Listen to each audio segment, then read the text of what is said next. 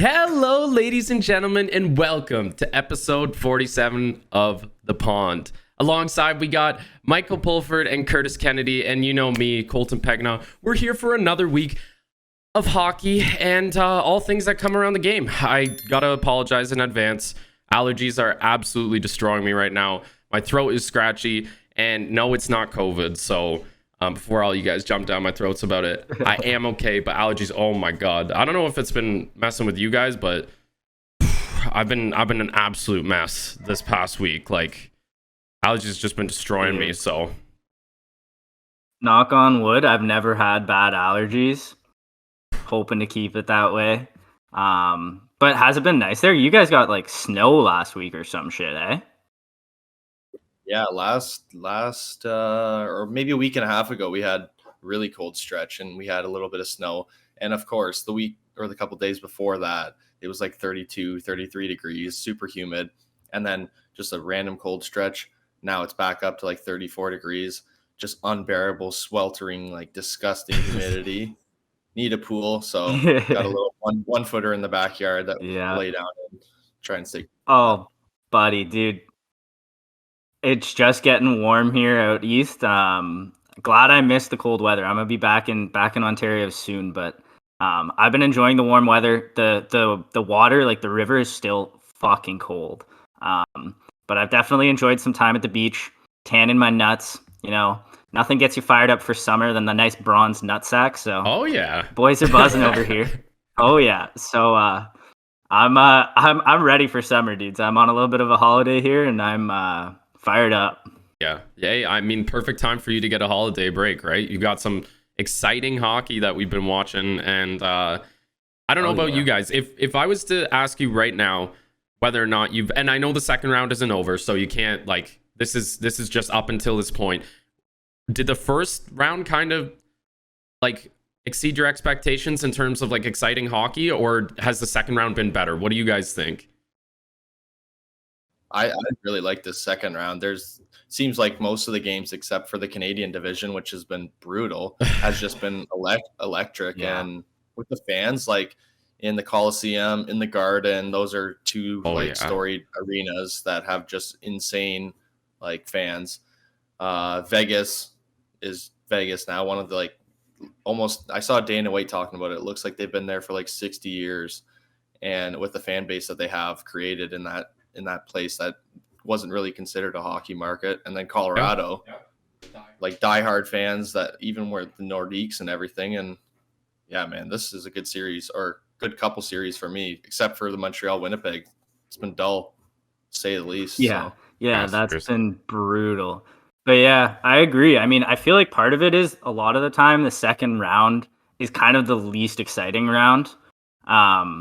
Often there's a lot of like 4-1 sweeps in the second round, and it's just like you're not quite at the conference final, and it's not the first round, so people like it's kind of that weird in between. But this year, having this be like the division final, so figuring out like teams that have been playing against each other all season, now we get to find out like who's the best team or which team is going to come out of each of the 4 divisions. I think that's also adds a little bit of extra stakes to the second round. And yeah, man, other than that Canadian division series, it has been some unreal hockey. And I mean, I got a chance to actually like the first Colorado Vegas game wasn't too late, and the one tonight isn't too late either. So I'm enjoying a chance to watch those games. And oh my god, dude, the difference in that hockey. Like I was watching the end of the Montreal Toronto series and the beginning of Montreal Winnipeg, and it's like night and day, dude. It's like watching an AHL series versus an NHL series. It's fucked. Yeah, totally agree. And like we're probably going to touch on it just a little bit, but like, man, even watching the game 7 of Toronto Montreal, oh my god, it was actually so disappointing because it was the third period, 15 minutes left in the game, and it was like Toronto couldn't even like make a tape to tape pass in their own end. Like it was like missing, bouncing off the boards and stuff, and I'm like, okay, this was supposed to be the team that was going to represent like the North Division going on to the Final Four. Like, are you serious? Like, if Toronto played like that, how they played in the last 15 minutes of Game 7, if they played like that against one of the other teams, it would have been a 4-0 sweep, like easy. Like, it wouldn't even been a contest. And I don't know. Yeah, they looked rattled. Yeah. And Chris was over here. But dudes, before I can't imagine, dude. Chris was saying it was like the most lackluster 500 crowd or whatever people there at the game too, and there was no noise or anything. Like, just looks like these guys are tired of playing in front of no one. Yeah. No, it's true. But boys, before we dive into the hockey, we got to get some talk about some golf, because I know you guys have been out now that Ontario's opened up, and I've been buzzing around. And I got a question for you guys. I'm sure, like, I haven't been to that many courses around KW yet, but I'm sure there's a similar issue. Why do golf courses put roads right beside fairways? I had one of the courses I've been playing a lot here. You basically, the first tee box is downhill over a pond, and then like fairly straight. It opens up a bit to the right, and then the entrance road that like comes in off the main road goes right beside that fairway up the hill to the parking lot. So like if you hook it right, it's on the road, and they literally have signs like honk before you turn this corner because there's gonna be balls flying at you. And like, so I hit left, so my slice goes left, like away from the road. And it's about the right distance. I usually hit my 4-iron on that one, which I slice more than most clubs. So last round I'm there. I'm ready. I'm like, okay, I always hit my 4-iron into the trees on the left, so I'm gonna aim it a bit right. And you know what they say, best way to fix a slice is to aim for it. So aim a bit right, pipe it straight. Dude, I hit the pavement and it bounced across like the main road. Yeah. And I was like, man, like, why you got to do that? Like, most people hit right, and so that like goes with their slice. Like, there must be cars that get hit. Oh, definitely. Dude, it's funny you say that, because last weekend we actually golfed at Brookfield, which the main road, like to get down to the actual course, goes down like one of the first holes, like on Gold, which is like straight down, like parallel to the actual lane. And we were driving in the one day in Colton's car, which is a pretty nice car. Like, I mean, any car would suck to have a golf ball hit at it, but like someone literally soared right on top of the concrete, like maybe a car's length in front of us, and it bounced over or bounced like right behind us. It was such a close call. Shit. Yeah, and then dude. Not to mention, I don't even know like who's liable for that. I have no idea. I don't think anyone. I don't know. Like, get fucked. And have it was funny. Have a hole in your windshield. Yeah, that same round that we were golfing at Brookfield, one of the back holes, I think it's like hole 4 or something. There's a road that runs like right beside the fairway, and oh my god, dude, I piped a ball so far off of the fairway that I swear to God, like if there was a car that was there, it was getting hit like 100%. There was no missing, because I piped that so far off course that like that would have been right through windshield, and I didn't even attempt to look for it. I'm like, yeah, that's way gone, like way gone. Hitting from the other side of the road. Yeah, I was like, you know what? They can keep that one. If somebody had it in their car, like that's fine. You just keep it. There's a couple really tall pines to like block those kinds of shots, but it just soared way over them. And just landed right on the road. Great contact, just wrong direction. Yeah. I thought I saw Austin Matthews golfing the other day, but it wasn't. So I'm sure he's hitting the links pretty quick. Yeah, probably in Arizona where there's like life going on. Yeah, like normal. Yeah, that's true. Yeah, some nice golf courses out there too, I guess. But to answer your question, Mike, I have no idea why they do that. Because it's annoying. It sucks for both the golfer and the driver. It's just a stressful situation that 100% could be avoided. And that one time that you made good contact at it and went straight, that's like, it's like, nice, okay, I did that. But then it's also like, oh, not a good time, not the right timing for that to happen. Like, no, exactly. So yeah. But exactly, like right after I hit it to a biker went by, and I was like, "Oh man, if I hit a biker, that would be fucked." That wouldn't have been good. Not a good situation. No, but I mean, golf aside, we actually it's nice that we're able to golf again, so that's good. And you've been golfing too. And we have a lot of stuff that we need to talk about this week, like not just the Stanley Cup playoffs, which is weird because that's kind of been, the sole focus of our episodes the last couple times. But man, we got like a lot of different avenues to talk about this week, eh?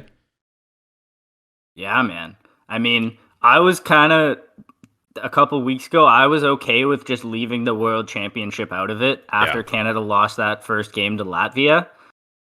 But the boys came back with a vengeance, and 0-3 start. I don't know who they lost the second and third games to, but Canada beats Russia in OT in the quarterfinals. Unreal move by Troy Stetcher. I think we tweeted that out. Yep. And then beat the US in the semifinals 2 days ago. Unreal. So we're in the finals against Finland, I think starting in 20 minutes as we record here. Okay. But so after starting 0-3, Canada, just to make the quarterfinals, needed to win all of their remaining games in regulation. And then they needed Finland to win 2 games in regulation, US to win a game in regulation, Norway to win a game in regulation, and Germany, Latvia to not go to overtime. So much had to happen. It all happened. The boys got out of the group. Wow. And they seem to have found their stride. And it's fun because it's like not the usual stars, right? But you got like Andrew Mangiapane popping off. Darcy Kemper's our goalie. Got Owen Power playing D. He hasn't even played in the NHL yet. He hasn't even been drafted yet. And then is it Connor Brown buzzing from Ottawa? I think we got 3 Ottawa players on the team. Yeah, Nick Paul too, and Bernard Docker. But I honestly haven't been really following the World Championship. I've been slacking there, but I've been watching the highlights, man. And Canada, they just seem like you said earlier in the week, they're just a wagon still when they're bad. Like they're not like the best team on paper, but like they've got some guys that you haven't really heard of, but still just getting it done. Like bringing it home to Canada. That's what we like to see. So it's good. And Gerard Gallant as the head coach, dude, he's going to be in the NHL again next season. Like, no question. 100%. What a coach, and great experience for those young guys, too, because it's a lot of younger players, right? Great experience getting to play a senior world championship, but to have a coach like that as well is like, they must be loving it, too. Yeah, I think big for Gallant, like you said, Mike, because he was talking with New York right before he went over. So this could be like kind of an audition for him there, see what you can do with this team. And maybe that's a testament what you can do with other guys. So good coach, man. I mean, there's a chance too. Oh, yeah. Yeah, there's a chance too that he ends up in expansion again with Seattle, right? They haven't named their coach yet, have they? Yeah, true. No, they haven't. Or at least I don't think they have. So, no, I'm pretty sure they haven't. They named what's his name? Ron Francis is the GM, but I don't think they have a coach yet. So I thought I heard something like that. There's a couple guys out there they could pick up, but yeah. But also another big thing. I mean, shout out to Canada. I think they were even odds against Finland today in the final. So that's going to be a banger. Hopefully we can pull out the dub. I think it's been a few years since Canada won gold at the World Championship because most of our best players are usually still in the playoffs. But this year I think everyone's kind of battling on reserve teams, and Canada pulling through, baby. So love to see it. Love it. As always, we're a wagon. But OHL draft too. This is something we got to talk about. Some big news coming out there. Taya Currie becomes the first woman ever to be drafted in the OHL draft. So that's, I mean, unreal. Really, really cool. So she gets drafted 14th round, 267th overall by the Sarnia Sting. She's a goalie, and she plays for Elgin Middlesex, which is like one of the wagon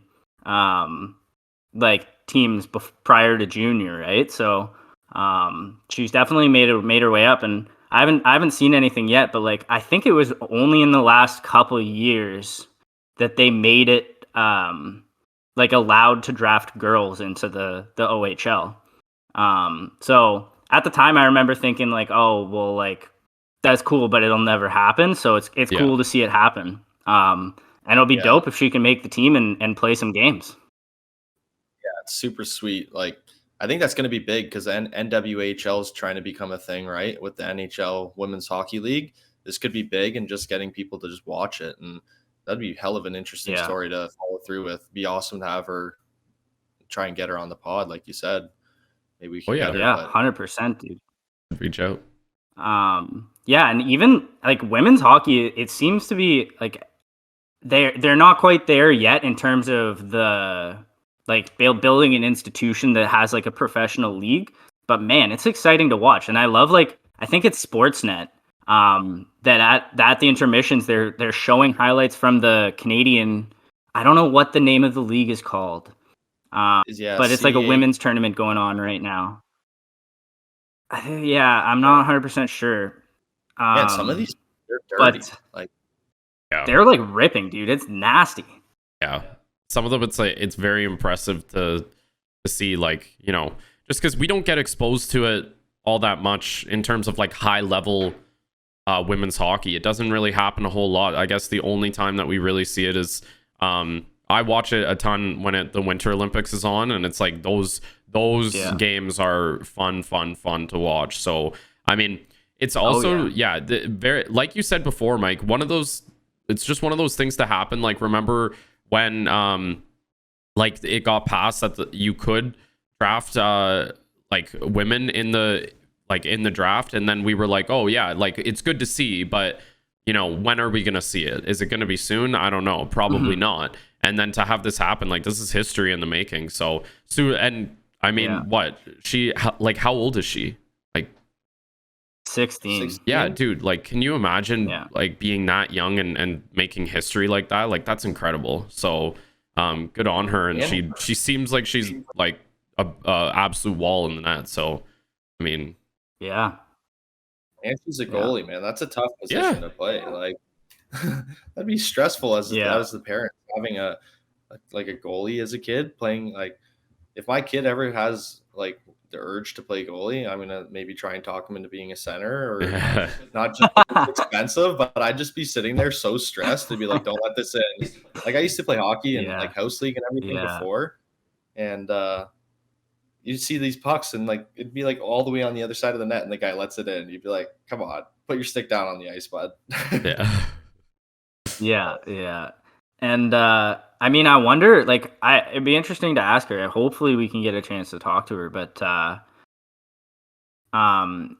wonder, like, at what point do you start playing men's or like boys hockey? And I wonder how many girls there are that aren't goalies, right? Because goalie does feel like a position where you can kind of transition from girls to boys fairly easy, because the rules changes don't really affect you all that much. But I wonder if there are players, like I know Tatum, who we went to school with, like, she's an absolute monster. I have no doubt that she would have been able to compete. So it's really fun to see, and hopefully it continues. And hopefully she can get some game time for the Sting next season, or at some point even. But really, really cool to see. She's going to be I think the second goalie ever to play, second or third goalie or woman to ever play in a CHL league. Shannon Sabados, I think, played for I'm just looking, Tri-City Americans in the WHL in 2003. And then Manon Rome, who is the only woman to ever play in the NHL, played in the Q way back in the day. So would be cool. She's the first one ever drafted, so that's awesome. And just got to highlight that because growing the game, baby. And absolutely love to see it. One other thing, I was looking into the OHL draft a bit. The guy that went first overall, his name is Quentin Musty. And now that I say it, like, it rings a bell. I feel like I've heard about him before, but just all-time name, dude. Yeah, wow. That's awesome. And the guy looks like he's like not 16. He looks like maybe coming up on being an overager or something. Like some dirty I am 12. That's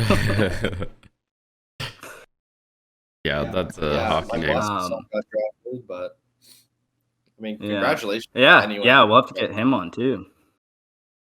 100%. And it's been a tough year because a lot of people, like Currie, like, she wasn't able to play this past year because of COVID.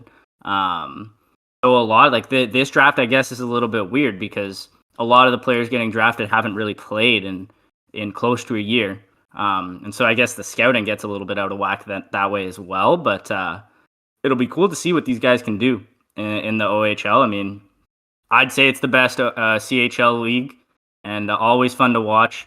And yeah, dude, it's gonna be a banger. Some of these kids coming out. I mean, we saw Shane Wright and Bed Guy at the under 18s or whatever it was, just freaking rocking. So Yeah. So OHL baby. Yep. But I mean, we gotta talk kind of not. You guys want to do Leafs first? Little RIP. Yeah, let's touch on it. Yeah, I mean, I'm curious what your guys' takes on this are, because I feel like the fan base is like, obviously they always overreact, but yeah, this is a massive overreaction. I feel like, first of all, it is, in my opinion, like, don't get me wrong, I would love nothing more than for a Canadian team to win the Stanley Cup. And if Montreal can do that, if Winnipeg can do that, all the power to them. I'll be buzzing for them. But it really does feel to me like the Leafs were the team that can compete against those top teams, where like we'll get into it, but you look at like the Colorado series and it's hard to see Montreal touching the puck against either of those teams, especially seeing the way they played against the Leafs. But I feel like you gotta take it in context, man. Like these guys are still like their core is still really, really young. A lot of like you look at a lot of the teams that have had success recently didn't have success in the first few years of their stars' careers. I mean, Stamkos, the Lightning didn't do shit in his first 5 seasons. Washington didn't do shit with Ovechkin's first 5 seasons, right? I don't even think they got out of the first round. You look like even Colorado, people forget like McKinnon, he's got a bargain contract now, but when he signed that deal, he was not like, it was a pretty value deal. Like he wasn't getting underpaid a whole lot given his production. Right. So I feel like you kind of have to take it as a grain of salt. You know, they're developing, and I think a lot of people are also overlooking the Tavares injury. I mean, yeah, you should still be able to win that series without him, but especially how Montreal plays and how defensively they play, and how much of a problem Carey Price is.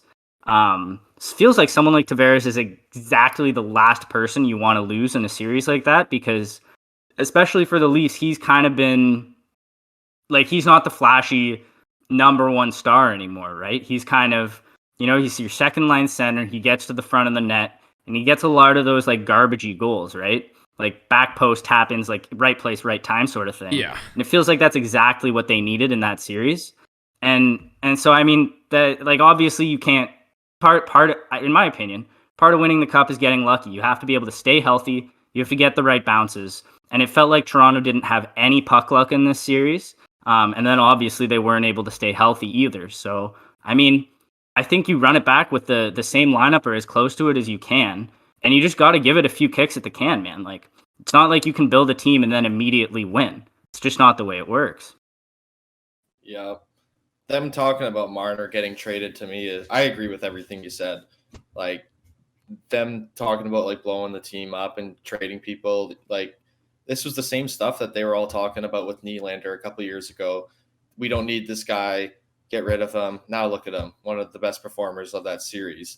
And nobody's talking about Nylander trade. They're all talking about Marner, because it just seems like, yeah, it just seems like they've not really been like really hurt, like this group of players, from like a tough loss like that, like where you really feel the playoffs, you're so close to moving on, but you can't jump the series ahead and start thinking about your next series when you haven't won that current series yet. You know, it seems like as soon as they lost that game 5, they got super scared, like, oh no, we're gonna do this again. And maybe this fires them up. I think they run it back with this team one more year. If nothing happens, same kind of exit, then maybe you start thinking about it. But for Dubas or Dubas, whatever you want to say. What is Dubas? What? Yeah. Oh, I'm French, man. Dubas. Dubas. I think it'd be silly for them to to do a big trade or something and not give this team another shot, because it was in the whole regular season one of the better teams that they've had in a while. Just seems like, yeah, like you said, health and everything kind of played a factor. So getting rid of Marner too, like I don't know who you're going to trade him to or get a piece back where you get something that you think's more valuable. So stick with it, and then maybe one more year you might look at it a little bit differently. So yeah. Colton, you know what? What's your take? I'm slightly different than both of you guys. I'm not jumping on the bandwagon of like, trade one of the big four guys that they have that, Toronto's known for, but I personally think like something needs to change. Right now they're working with a short amount of time to be able to get this done, and I mean, there's already been talks in the last couple of years about when Austin Matthews goes to re-sign, like he's just going to re-sign in Arizona, right? So with that being said, that's obviously a theory, but, the possibility of it happening it's pretty high. If they have no success in the next couple of years, does Austin Matthews want to sign somewhere else? Like, is it almost like a Jack Eichel situation where it's like the team isn't really going anywhere, so it's like, what's the point of staying? You know what I mean? I personally think that the problem isn't Mitch Marner, and it's not, Austin Matthews or Tavares or Nylander. I think it's more on the blue line. Like, I think their blue line is just not up to snuff with the other teams. Like, you look at some of the best teams in the league right now, and look who's on their blue line. Like, their number one guy right now is Morgan Riley, and if it's not Morgan Riley, then it's TJ Brody. Muzzin. Or Jake Muzzin. Dude. Yeah, Jake Muzzin too, but Jake Muzzin's not like, you put Jake Muzzin up against Victor Hedman, there's no comparable. You put him up against like somebody like Cale Makar, and there's no comparable. Or Alec Martinez and Shea Theodore on Vegas. Like, just the speed and the skill on these other teams in terms of their blue line, like, it makes me think that why Winnipeg is now struggling, because they don't have a blue line that's able to play playoff hockey. And some of these teams are so good on the blue line that their offense is just, it's hitting from everywhere. Toronto never really hits from the blue line. Like, there's no threat from the blue line. It's all up front. Austin Matthews is the guy who scores. You got Nylander, who was big in that series, but couldn't. Well, he did actually score, so never mind. He did come up clutch in a sense. But there's so many other like things to point out other than the big four up front on Toronto, and like, even people saying it's Jack Campbell. No, it wasn't Jack Campbell. He was doing everything he could to keep them in that series, and like 3 bad games in a row, which is like technically like a slide, you could say, it's just bad timing for the Leafs to be on a slide in the middle of the playoffs, especially after losing your captain and wanting to win for him, right? So I don't know. It's too bad. I don't know, man. I'd be looking at more Morgan Riley or like just your decor in general, and be like, okay, where do we go from here? Are these our guys for the future or no? So I disagree with you a bit about the blue line. I think, like, obviously Muzzin was out game 7 and a half of game 6, but I think Muzzin is a legit number 1 D-man. Obviously nobody's going to compare to Victor Hedman. And there are teams with better decors, don't get me wrong, but I think you just have to, at this point, given where their money is allocated, you have to steer into the slide, right? You're not going to be able to turn it around and have a top 5 decor in the league. I think with Muzzin, TJ Brody was an unreal addition for them. Morgan Riley's money still. And then Justin Hall played, I thought, pretty well in the playoffs this year. He was a solid pickup, or like upgrade from the AHL. Bogosian, not too bad. And then you have like Sandine Dermott as that last guy is a little bit weak. And maybe they were getting a little bit more ice time than they should have as that series got deeper. But for me, I think you really you got to steer into the skid in your bottom 6. Like, it felt like Dubas, and everyone said it, like, oh, they need more grit. They need more physicality, that shit. And so he goes out, he gets Wayne Simmons, he gets Nick Foligno, and these guys that are like there to hit and be gritty. But that's not what their team is about, dude. Like, their team is fast and highly skilled. Yeah. So I feel like those types of signings actually ended up like diluting what they're good at, and they got away from their game against Montreal. They were kind of trying to play like quote unquote playoff hockey and beat Montreal at what Montreal was good at. Yeah. Where I feel like if Toronto just played the way they played all regular season and like high powered offense, we're gonna just run over you. I feel like they would have been better off that way. And like you look at like the bottom six Carolina has, and I think Carolina is like obviously buzzing because Steve's in that bottom six. But you look at those guys, and it's like younger players that aren't necessarily those grit guys. Like they're playing that role, but they're not like they're still skilled. They're fast, and they can play physically when they need to. And I think it's like you see like Mitch Marner on the penalty kill, and it's like often the best players are going to be the best at whatever they do. You just have to allocate their time when they're going to produce offensively rather than defensively. So I think instead of trying to find quote unquote grit, you just need to find good, fast, skilled players and then put them in that role. I mean, we saw how effective Jason Spezza was in the bottom six role. Yeah. He's not your typical gritty player, right? And he was super effective. So I think you make some moves there. And then another thing is, I think that Freddie Anderson's done.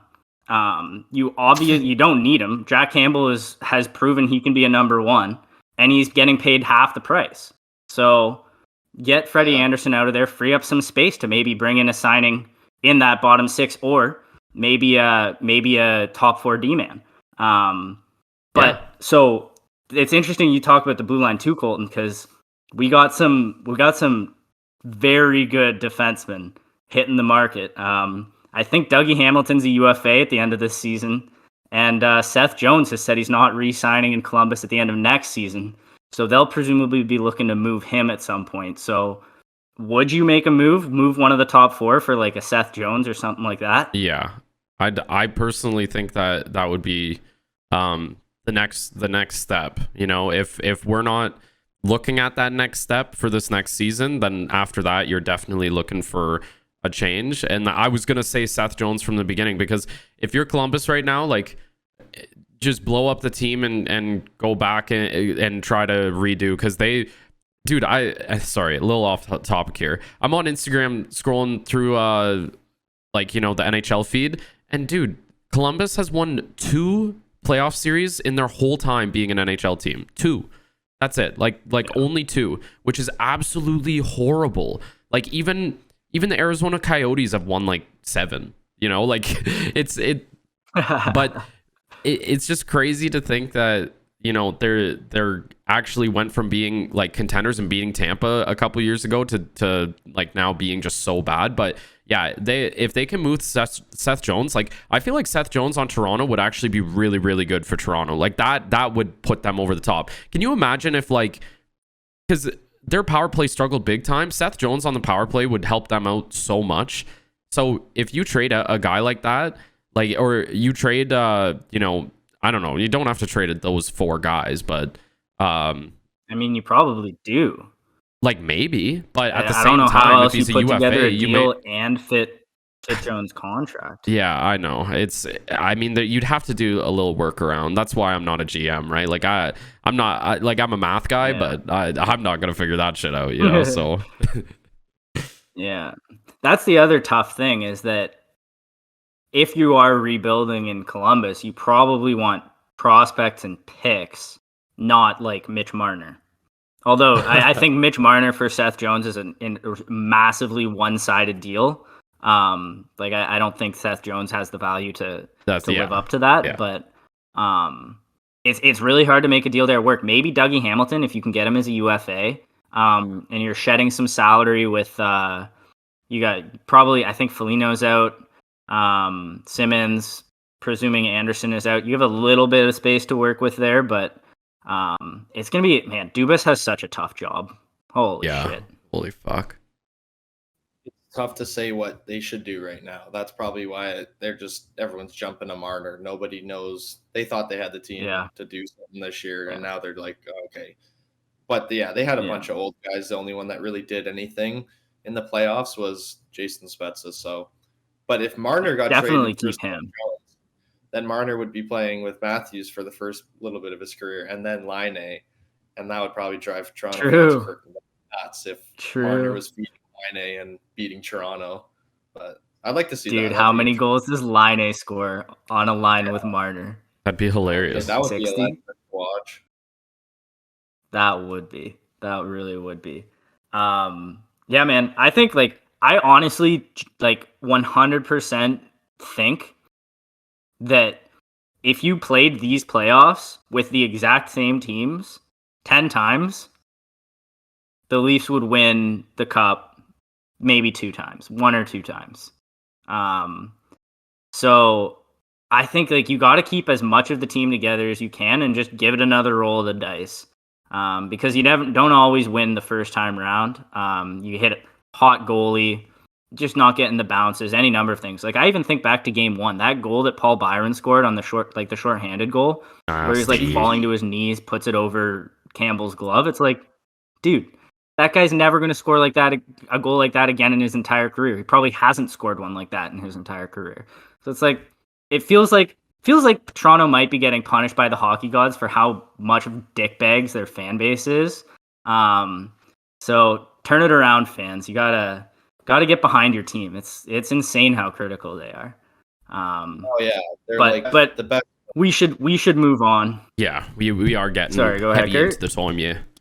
Oh, I was just gonna say when everything's going well, they're just they're so happy, and then when everything's going to shit, I saw this one video and this guy was ripping his license plate off. It was all Toronto stuff and just people burning their jerseys or selling them on eBay. And it's kind of like an NBA trade when their favorite player leaves, they just burn their jersey. But yeah. I'm sure it won't be the last time. I'm just hoping it ends soon because to see them just consistently lose, even not being a fan. Oh yeah, it hurts big time. All your friends are it's painful. Fans. Yeah, it hurts big time. Yeah, it's painful to watch. Yeah. Fuck, I was gonna say something. I just forgot. It was Toronto. Oh, it's the typical dude. It's the typical Leaf fans. I swear, I don't know. I work with a ton of Leaf fans, and every single time you talk to them, they go, "Yep, Leafs are winning the cup this year. Leafs are winning the cup." It's not even even me being a Colorado fan and them having a good team, I'm not even yeah, they're winning the cup this year. I'm oh, I hope they do damage in the playoffs. I hope that they go far, because why would you just they just literally watch Toronto Maple Leaf games? That's it. They don't watch any other games in the rest of the league. And then they go, yep, I watched the Leafs win against Ottawa 6-2 last night. They're going to win the cup. And it's what? Okay, sure. I guess, but Toronto fans. If you say it enough times. Yeah, exactly, right? So ridiculous. Should we just jump into this boring series first? I want to get it out. Yeah, let's talk about that sweet goal by Jake Evans. Oh no. I'm just kidding. Yeah, yeah, that was bring it home to Mark Scheifele. Yeah. Oh shit. Come on, Mark. All right, boys. So what do you guys think? Yeah, what do you guys think about that? Because I've had my opinion changed a bit. Yeah, mine has swayed a lot too.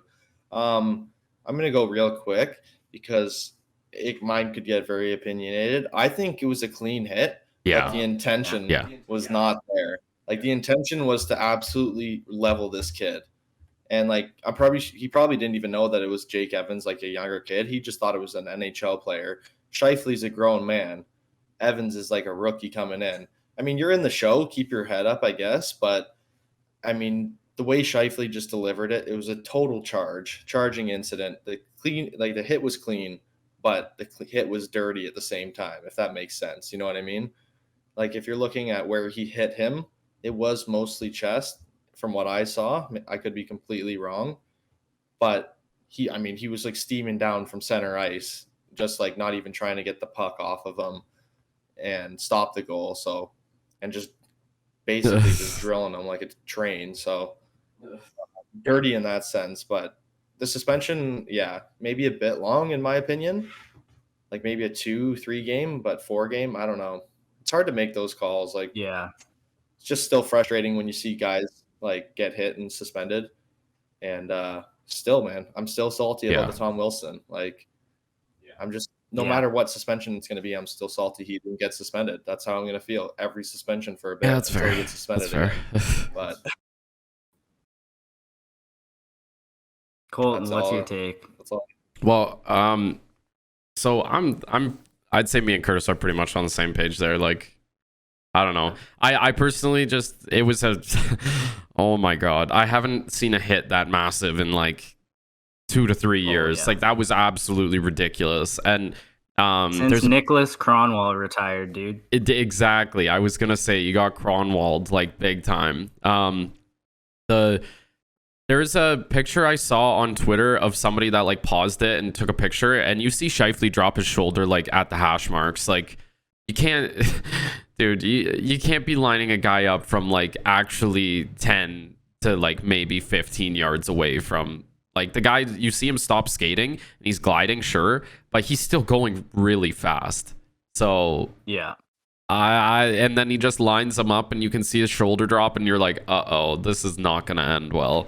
So yeah, I think it was a clean hit for sure, but the intention was to injure, and you can't have that be the sole reason for you lining a hit up. Especially, like, he didn't even try to go for the puck even a little bit, like not even a tiny bit. Yeah, like I actually think Scheifele could have made a really good play there if he had like dived and like stick checked or something, you know. But I don't know, dude. It reminds me, like, Kurt, remember when we were playing duos like 2013 Chell on All-Star mode? Oh, and literally every time you would line up a hit, you see like the CPU coming through the neutral zone. You're just like, I'm gonna blow this guy up. Every single time the puck ends up in your net, but you just cranked a dude, so it's like kind of worth it.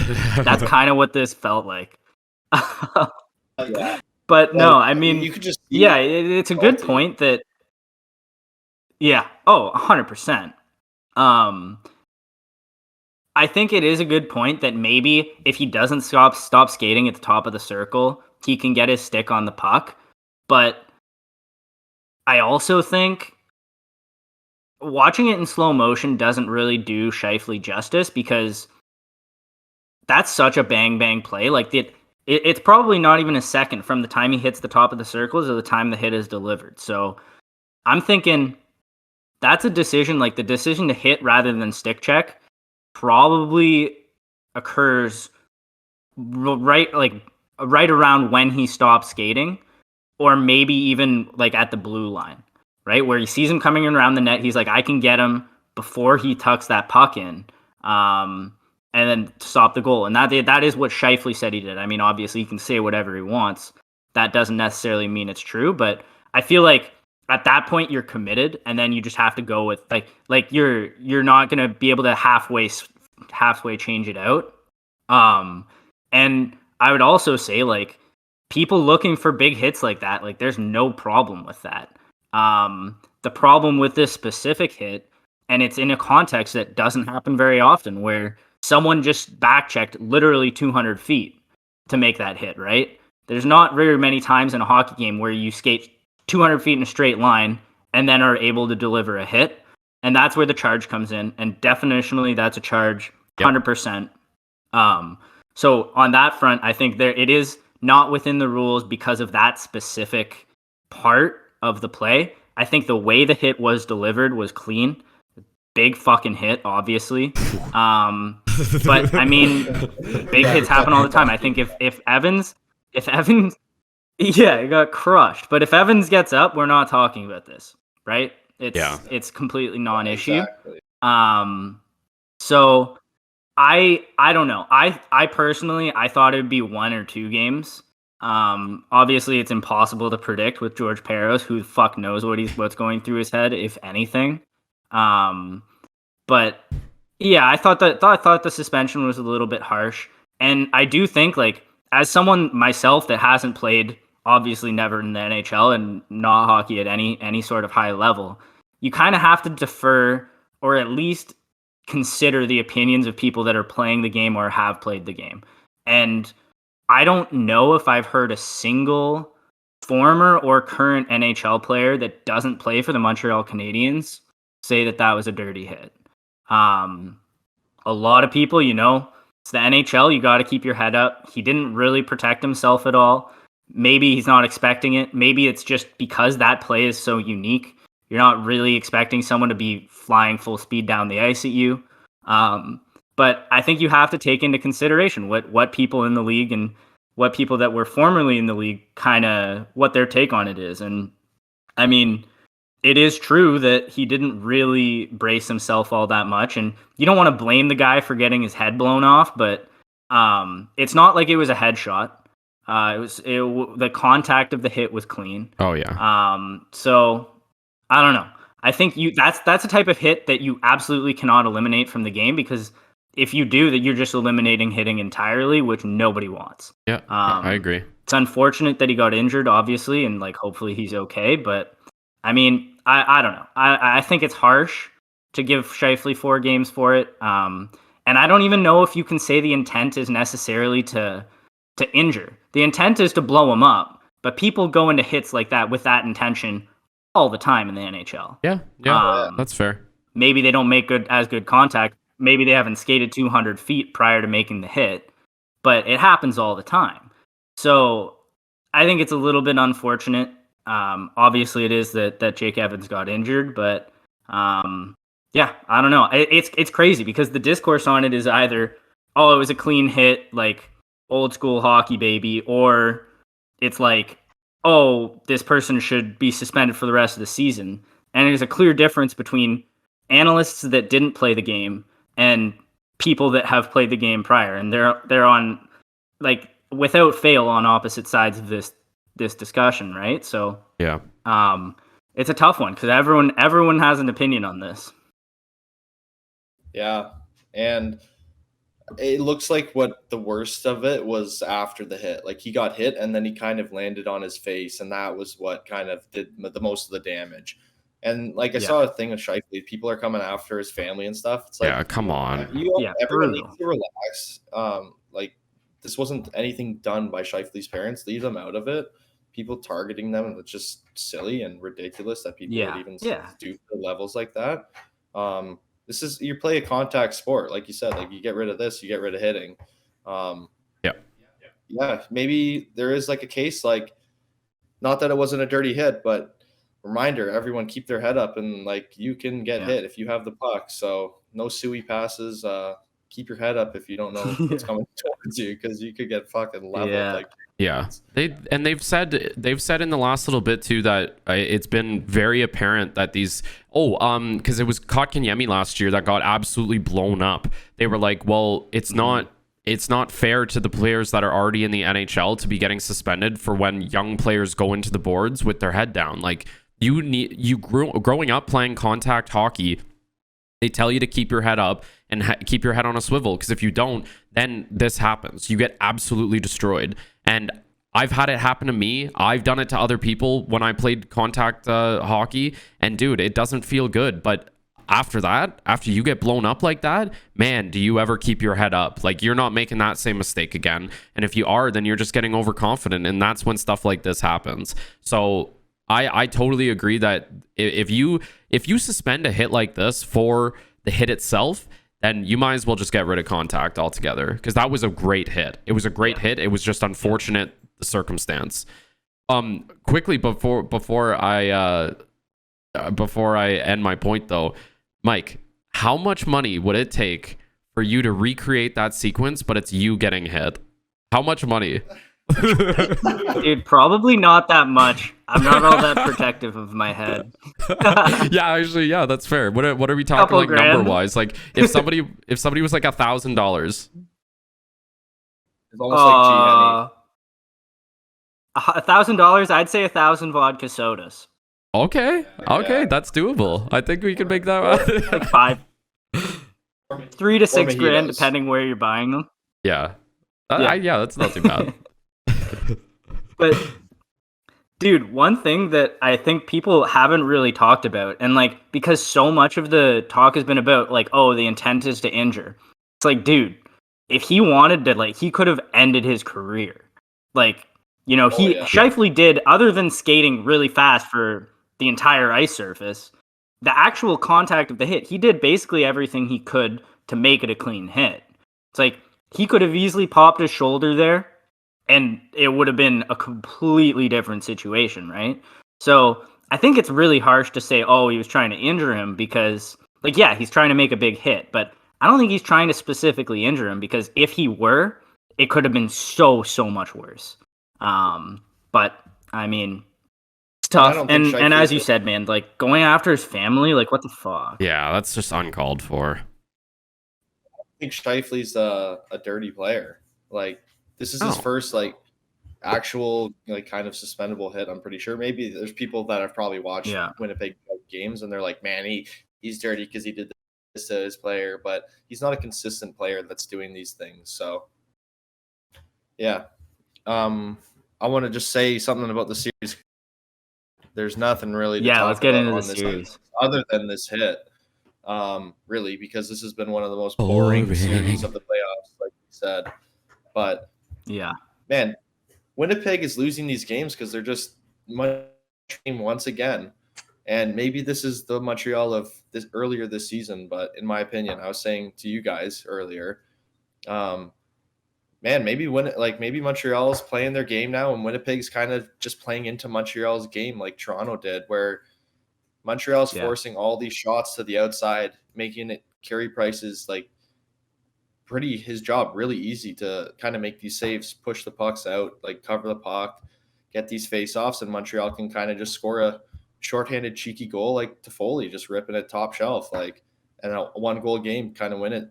So I don't know if Winnipeg's going to win a game, they got to win it tonight in Montreal, and they got to score some more goals. And there's probably going to be fans in the stands, so it might be a tough building tonight, depending on the rules. So I'm looking forward to it. Yeah. One of the dulls of the series for me. Yeah, and we don't have to spend a lot of time on this, but like as you said, game 2, like even the last 5 minutes when Winnipeg, Montreal basically spent the entire third period in their own zone, just dumping the puck out, which is really frustrating to watch because it's like you don't really want to see a team that plays like that win. I'm going to go for them if they get through because they're the Canadian team left, but it's kind of a drag to watch. And Winnipeg never really looked like scoring. Like, as you said, they're taking one tees from like the bottom or the outside of the circle. And it's like Kyle Connor and Nikolai Ehlers have great shots, but it's going to take a lot to beat Carey Price from there. And then Montreal has the speed and they have that skill with like Anderson, Toffoli, Suzuki, Caulfield, Kotkaniemi's buzzing as well. It's like those guys have like good shots. They have the speed to like, if they get a chance, they might score. And it does kind of feel like I personally going into the series, I thought Winnipeg and Montreal were going to play similar styles and Winnipeg was just going to be slightly better at it. But it does feel like both teams kind of want to be the team counterattacking, and like defending most. And Montreal has managed to get themselves defending more than Winnipeg has. And Montreal is getting the odd man rushes. They're getting the chances on the counter, where it feels like that's the strength of both teams. And Winnipeg's kind of playing into Montreal rather than the other way around. Yeah.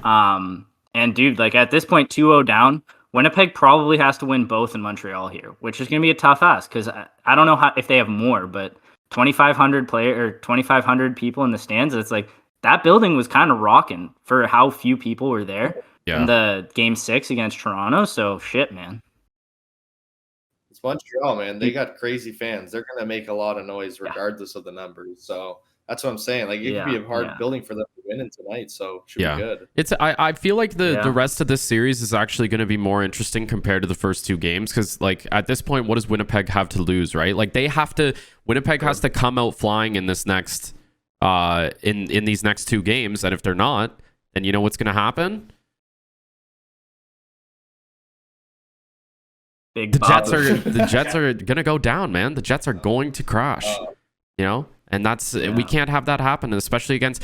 I sent you guys that one picture on Instagram, the one guy that broke it down the playoffs pretty well. Like, Canadians probably are not going to win against Jets, right? Like Jets can blow up Canadian people, so it's just if you go off of what they are themselves. Jets win. So I'm saying, if we're still doing no, I'm just kidding. We're not doing predictions, but I still think the Jets are going to win, even if it goes 7 games.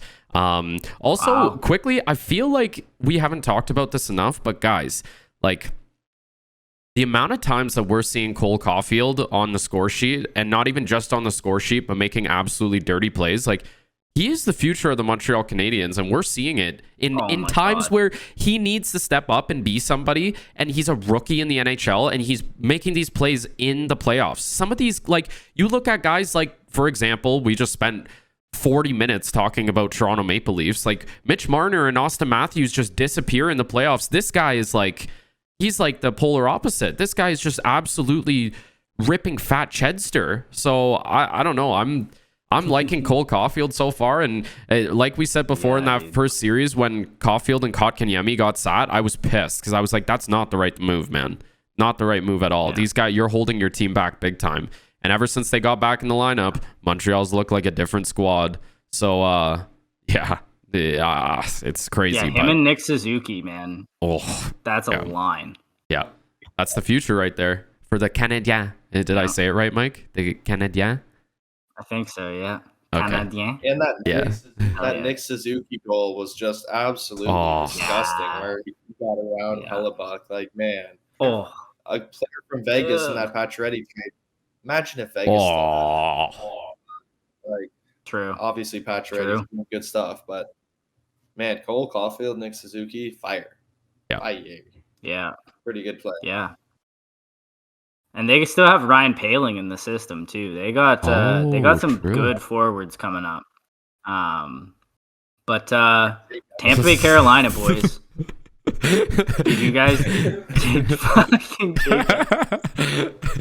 Okay, that was the last one. What a goal he scored though, eh? Yeah, no, it was a good wraparound.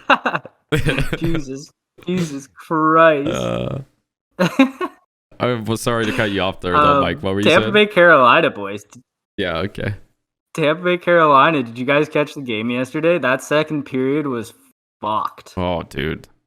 Like, it was like every time we looked at the TV, there was a different score. I'm like, this is kind of exactly like how the Florida series was, eh? Like, just a shootout. Yeah, I was pissed because Carolina was absolutely fucking them 5-on-5, and then they took 3 penalties in the second period, and Tampa scored on all 3. And then it's like, well, that's fucked. They went from 4-2 to 5-4.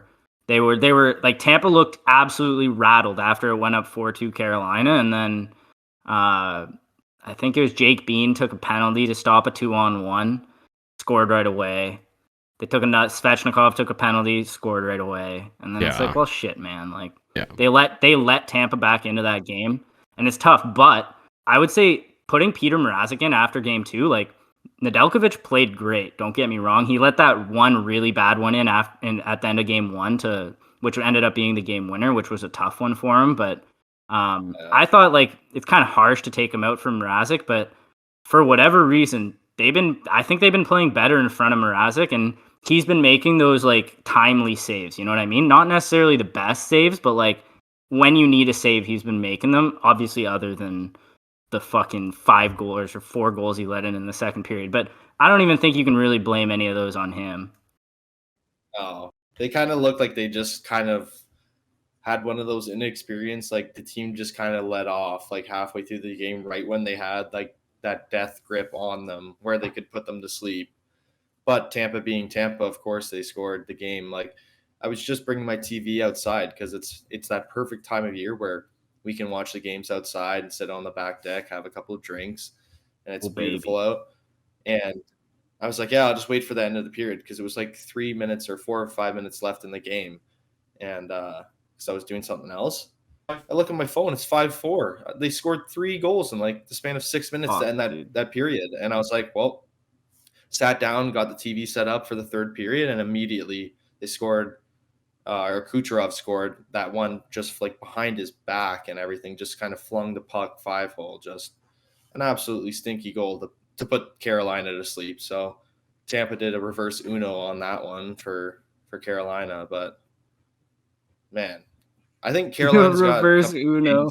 The reverse card. I think they got a couple more games in them to win, but I'm starting to lean towards Tampa winning this thing. They just look too Yeah, good. they look good, man. They look really good. It felt like Carolina needed to take advantage of scoring 4 against Vasilevsky that game. Yeah, how many more do you score on them next game or something? So not gonna be easy, that's for sure.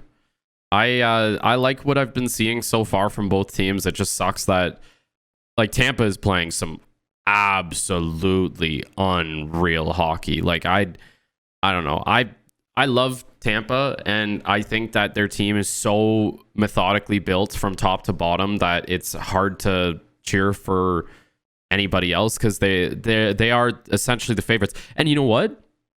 It's funny actually that this is the year after they won the cup. So they're still like on that Stanley Cup hangover kind of in a sense. But if they're hungover, dude, they're not like my kind of hungover, because my kind of hungover is not like that. That's for sure. These guys are absolutely ripping. And Kurt, me and you were watching the game yesterday, and holy fuck, man, like Carolina's a great team, but it's like every single time you give them even a little bit of space and they run with it, and it's all of a sudden in the back of the net, and it's like, okay, this is like, how do you, if you're Carolina, what do you do differently? You know what I mean? I guess you don't take penalties. That's one thing, but I know it's crazy because Tampa has that team where they have 4 like just really good consistent lines where we were saying like in like previous episodes, if you go back 20, 30 episodes, I don't know how many it would be, of saying exactly why Tampa won the cup. They're still running that same formula and it's still working like super well for them. And honestly, if Tampa, Vegas, Tampa, Colorado, whoever's in the playoff finals or Stanley Cup finals, that is going to be one hell of a series. oh my god. And I just love games like that. That's why I've loved this playoffs, like especially this series, round 2, the electric games, man. Just seems like we're bringing in like more fans and everything. And I mean, you can like to keep the league small, but I'd like to grow it and have hockey be more dominant around the U.S. too. And it seems like a lot of people that aren't normal hockey fans are coming in, jumping into these games that are just obviously makes you fall in love with the game of hockey and stuff. And they're just, this is what you wait for all year for, these really emotional, good games. And I mean, Carolina, if they do something special, this is the playoffs. The Leafs just blew a 3-1 lead. So maybe the colors are the issue. And then Tampa Bay is about to blow one here. But we'll see. I like that theory. Yeah. Hot take. Hot take of the week. That was my TSN noise. Kurt's pick. Yeah, dude, I think something else, like Kucherov's leading the playoffs in points right now, right? And there's something to be said for having not played all season. Like, obviously you were worried about a little bit of rust, but Buddy came in fully rested, and I think it's showing now. Like, he hit the ground running, and he's absolutely buzzing. That power play is unreal now that he's back. And I also feel like Tampa Bay, Colorado should have been the cup final last year. Yeah. So it would be kind of cool to see it this year just to see, because I think those probably are the 2 best teams on paper, at least. Maybe not. Like, I still think Carolina has a shot in this series. It's going to be tough. I think, because the other thing, I think Tampa Bay, since the beginning of the playoffs last year, they're 9-0 or 10-0 now after last night's game, in games after a loss. So they haven't lost 2 games in a row in the playoffs in 2 years. Wow. That's actually an insane stat. I mean, it's pretty hard to lose a playoff series if you don't. Yeah, dude. It's like, how do you beat a team that never loses 2 in a row? It's like, that's 7 games. That's a 7-game series they win. Yeah. So it's gonna be really tough for anyone to beat them. And I mean, maybe I don't know about them against Boston or the Islanders, but it really does feel like Colorado Tampa is the series that it's meant to be at the end. And it'd be fun to see, because I think Colorado should have been there last year. Obviously, they didn't have the goaltending. We've touched on that a bunch, but that would be a serious clash of heavyweights there, because both teams with high-powered offenses, but have that kind of like physical side of the game that generally benefits you in the playoffs. So that would be a really fun one to see. But I still really want Tampa to lose this one. As you said last week, Colton, like they're kind of the villain in the playoffs this year, and I just want Carolina to get at least conference finals. I think if they come up against Boston or the Islanders, they've got a really good shot, and then Cup final, anything can happen, but it's gonna be so hard to get past this Tampa team. Yeah, and you know what? One thing that we haven't touched on really all that much is how much Tampa is their success rate on the power play is just it's at a point where if you're Carolina, you need to be disciplined. If you're even giving them 1 or 2 power plays, like I'd say I'm not sure the exact stat, and I saw something the other day that said Colorado and Tampa are both at like almost 50% on the power play. Like it's fucked up how much they're like 40 or 42%. Yeah, it's absolutely ridiculous. Like if you're the Golden Knights or you're Carolina, if you stick to just playing disciplined hockey and you're not ending up in the box, then you're taking away an aspect of the other team's offense completely. And if that's like, let's say like 1/3 of their game, that's a decent amount of their style of play that they like to have teams play into that you're taking away, and you're essentially making it way easier for yourself to win games. Like, I mean, it was the other night when Colorado won game 2 in overtime. Vegas was outplaying them big time for about a period and a half, and then you put Colorado on the power play and Mikko Rantanen just rips it. And it's like you cannot give these guys an inch, because they're capitalizing off of the tiniest little mistakes. So if you can't play a clean game, then you're probably not going to survive against these teams, which is it's feast or famine, you know. Dude, I'm glad you brought that up, because I mean, Carolina in the Carolina series, Carolina has been by far the better team 5-on-5 in my opinion. Yeah. But also, I think the game yesterday, the penalties were 6. Tampa Bay had 6 power plays or 7 power plays to Carolina's 2 or 3. So a big discrepancy there. And I mean, I have a bit of a problem. Like, you can always say stay disciplined, don't take penalties. Man, if you fucking look at what they're calling versus what they're not calling, like it's impossible to discern what's a penalty, what's not. It seems really arbitrary when they call penalties, what they call penalties on. Yeah. Like Kotkaniemi got a penalty on a hit in the Winnipeg series for roughing, and it was like, what the fuck? Like I've seen people sit on another guy's head for 15 seconds and not get a penalty. Yeah. And he just took the guy down and then like pushed him to the ice, and it was like, oh yeah, 2 minutes. So it's like you can say stay disciplined, stay out of the box. But like, dude, I don't even know if it's a discipline thing. You'd kind of just have to get lucky with what the refs call, it feels like, because it really, like, you could pick out, like, Svechnikov got a penalty the other night for roughing, and he like did elevate a little bit to the head of the person he was hitting. I forget who, but like literally at the same time, Aho just got decked with a cross check in the back, and it's like, man, like those are both penalties. One gets called, and Tampa Bay or Carolina, I feel like, has been on the wrong end of those. Like in the Nashville series, they had almost half the power plays that Nashville had in that series. And it's like against Nashville, like their penalty kill was money, but against Tampa Bay, their penalty kill has still been good. It's just Tampa Bay's power play is better. Exactly. And so it's hard to say, like, how do you not take penalties when you don't even know what's going to be a penalty? And then if you really do play penalty free, it feels like you're just putting yourself at a massive disadvantage, because the other team is taking those penalties and gaining an advantage from it because they're not getting called all the time. So it's a tough one there. But I mean, having a great power play, that you can say Carolina's power play hasn't been great. They haven't had as many opportunities, but they really do need to take advantage of those man advantages to get back, because Tampa Bay will. Yeah, I was going to say, with you talking about the refs, it just shows you that it's just with the Tim Peel earlier this year.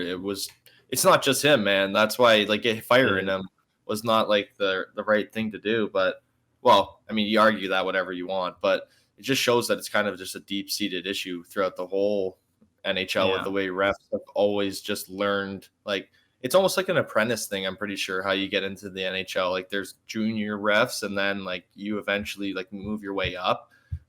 Just kind of like learning the game.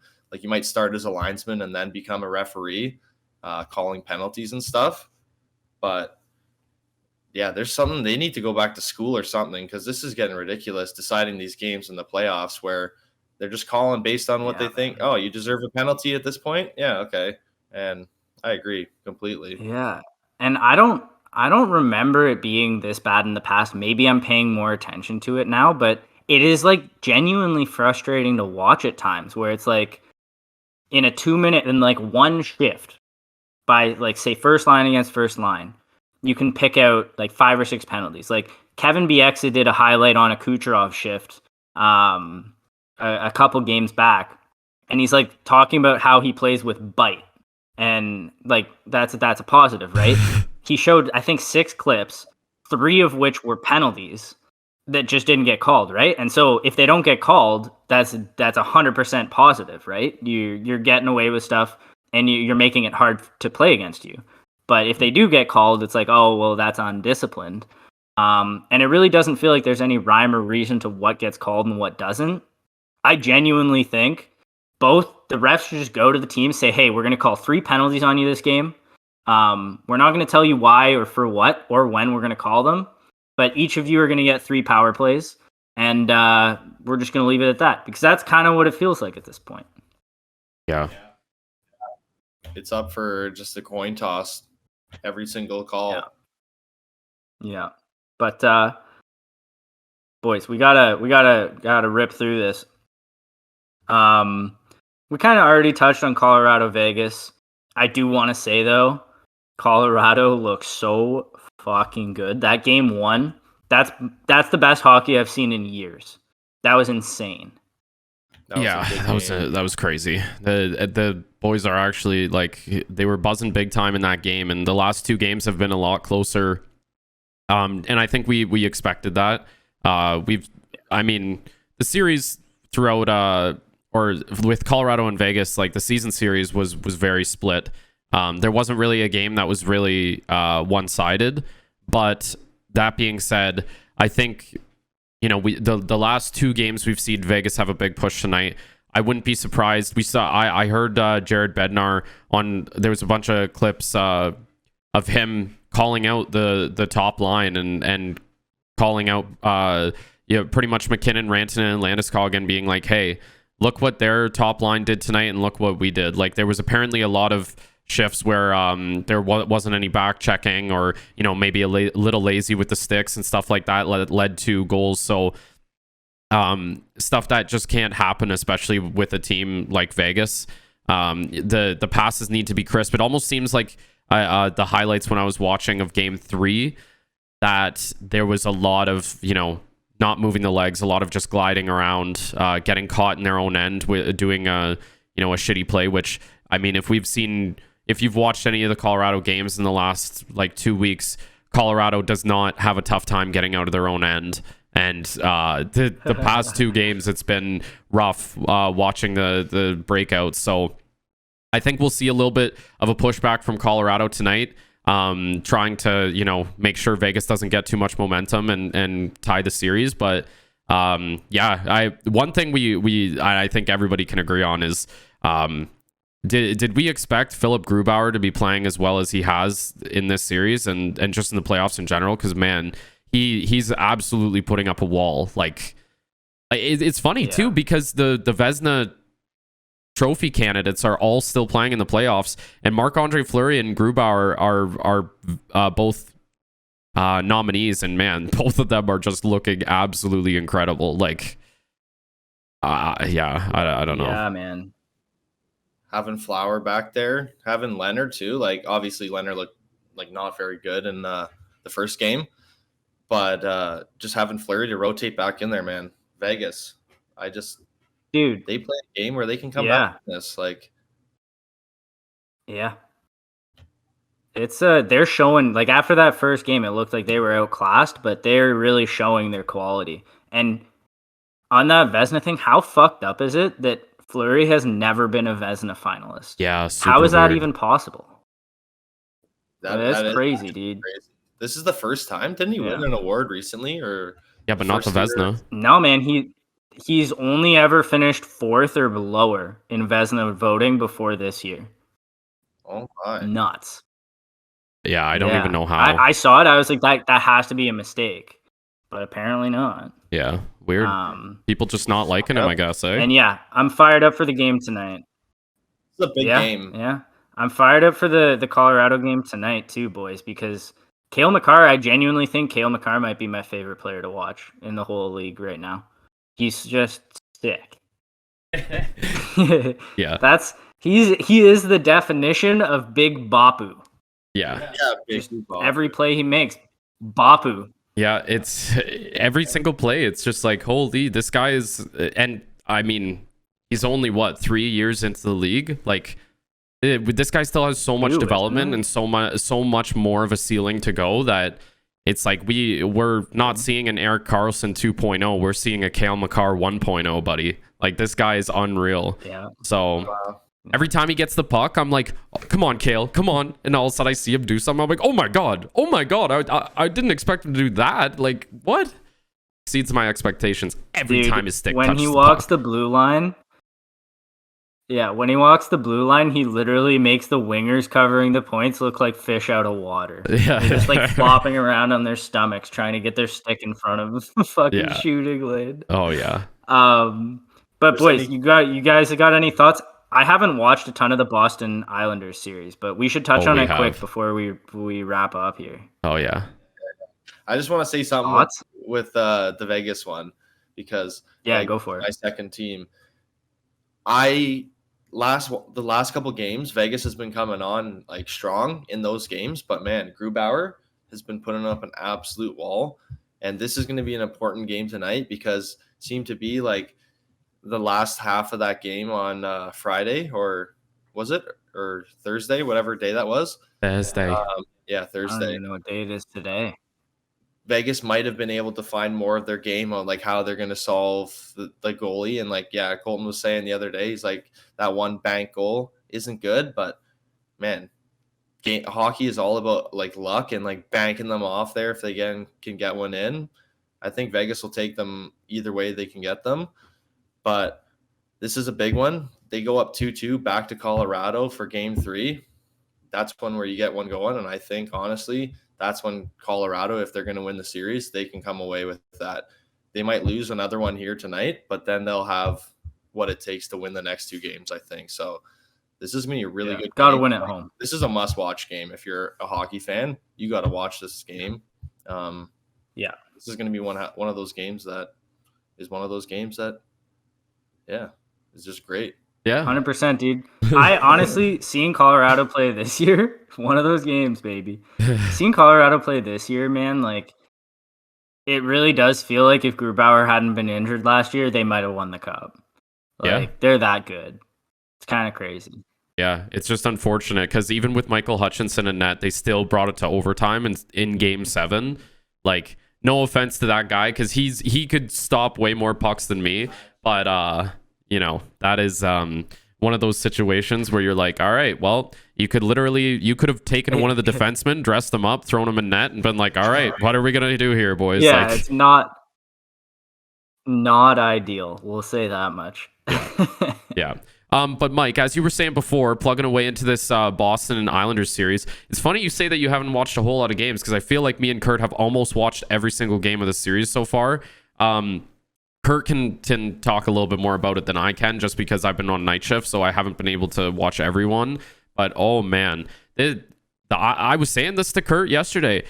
Is it just me or the Islanders actually playing like somewhat entertaining hockey right now? It's very strange. But like I said last week's episode, I said the Islanders need to have Matt Barzal step up. And what's been happening? Matt Barzal has been snapping his fingers and just like the puck goes in the net, like easy money. And it's crazy because the Islanders are a completely different team when he's scoring.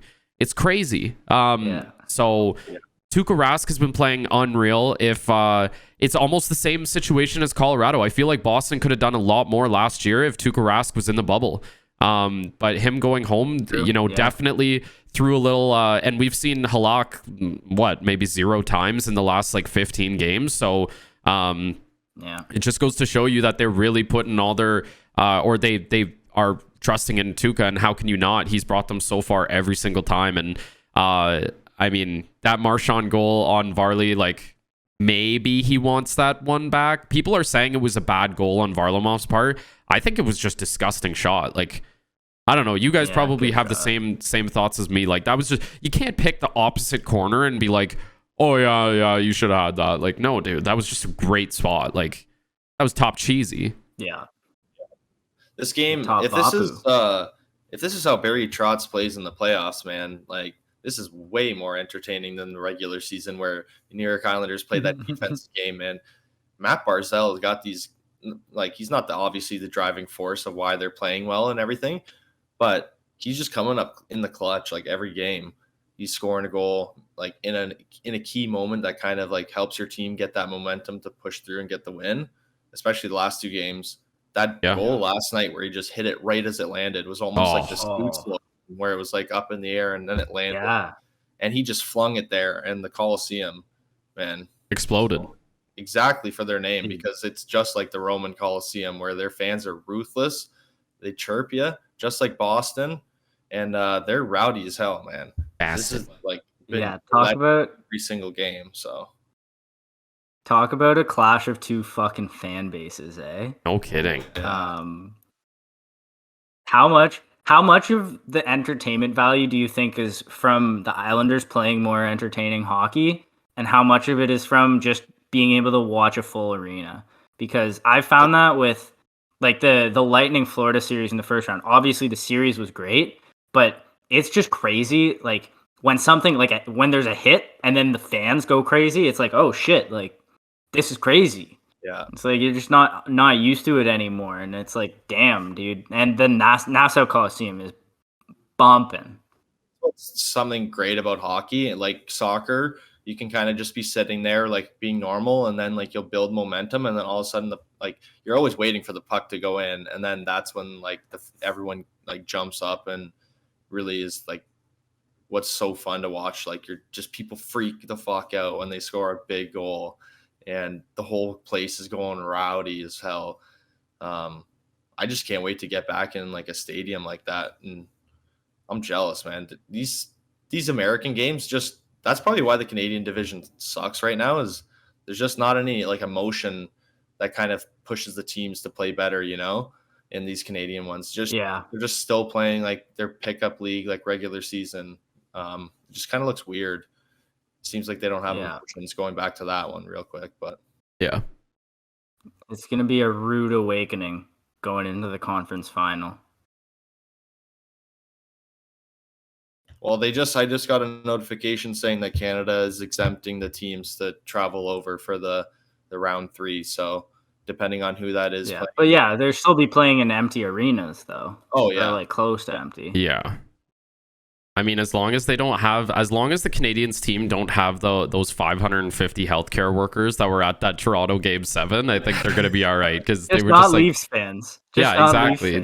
They were just hockey fans, buddy. Just hockey fans. Dude, I saw someone say, dude, why are you letting front line healthcare workers into the Leafs game? Haven't they been through enough? Yeah. Like, yeah. Really, anybody but. Yeah. Was it you that said, Mike? I don't even know if it was you, but it was like 550 healthcare workers in the building, and not one could stop the Leafs from choking. Like, just like just the most savage roast ever. Like, come on, they've been through enough, man. Like, relax. Are we gonna do these round cup predictions again for this round? Yeah, I think we should touch base, because I think, Colton, you took Colorado, and Kurt, you took Vegas. I took Toronto. But have your predictions changed at all? Who do you think takes the cup from here, having seen what we've seen so far?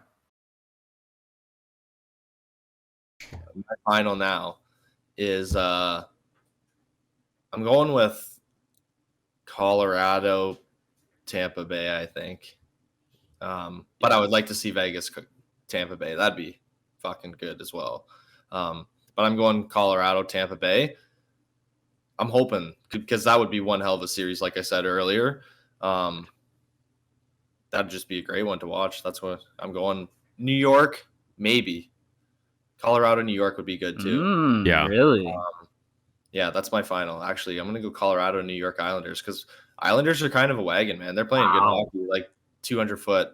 I think that would be a sick matchup, Tampa Bay, New York, now that I'm looking at it on the screen. So, yeah, change it up there. Yeah. For me, I'm gonna toss in a little. I think it's gonna be. I personally think that Carolina has tons of life still in this series. So I personally am thinking Forces of Nature Stanley Cup Final, Colorado Avalanche versus Carolina Hurricanes.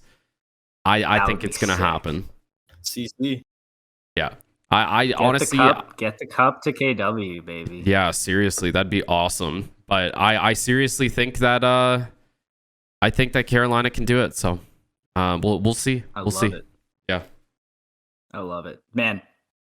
I think obviously the Leafs lost in the first round, so my Leafs prediction is out the window, crashed and burned.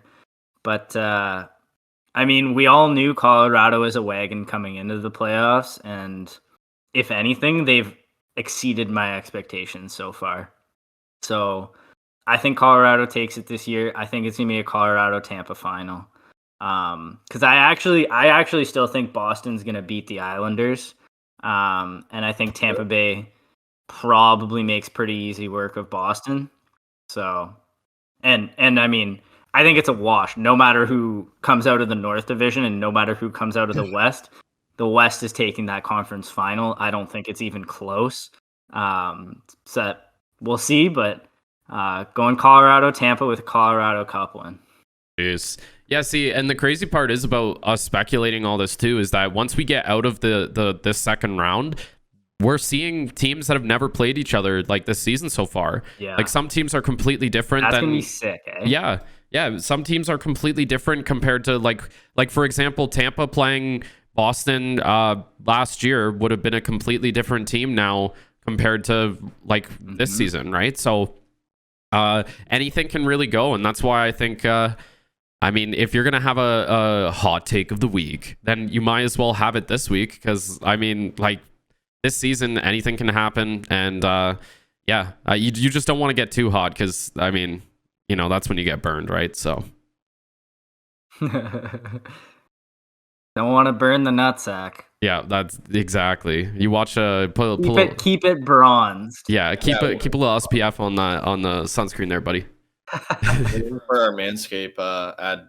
Yeah, seriously, that's seriously. Yeah. Hey, by the way, this episode's sponsor is brought to you by friggin' rates, bud. And thanks I wonder if they have a tool to stop my ball tan from getting the wrinkles in it. Can I like unwrinkle my ball tan? They might. We should reach out, see if we can get a free sponsor. Yeah. Might just be your old age. Maybe nobody's ever asked that before. Hey, they probably are in the works right now already. They're always 10 steps ahead. Your grandfather clocks. I'm sure they'd help us out. Oh, I love it. All right, guys. Well, we're up at an hour and a half, so we'll wrap it up unless any of you guys have anything else to say to conclude episode 47 of The Pond. Go Vegas. Wow. Just disrespectful. I got nothing, buddy. All right. Sounds good. Well, guys, thank you so much for listening. If you have made it this far, we appreciate you a lot. And go follow us on our socials. We'll have them in the description of the podcast. And also you can find this episode and more on YouTube at The Pond on YouTube. So go check out those clips. And yeah, guys, thank you very much, and enjoy the rest of your week and round 2. By next episode, what do you guys think? Are we in round 3 or? I think so. Yeah. Kurt's holding out on 7 games. Yeah, he's holding out for a hero. But yeah, we'll see, guys, and yeah. So if your team is still in it, let us know who you are cheering for on our socials. And yeah, we hope your team moves on. If it's Colorado, then we really hope your team moves on. Anyways, thanks so much for listening, guys, and we'll talk to you next week. Yeah, peace. Peace, everyone. Friggin' what up?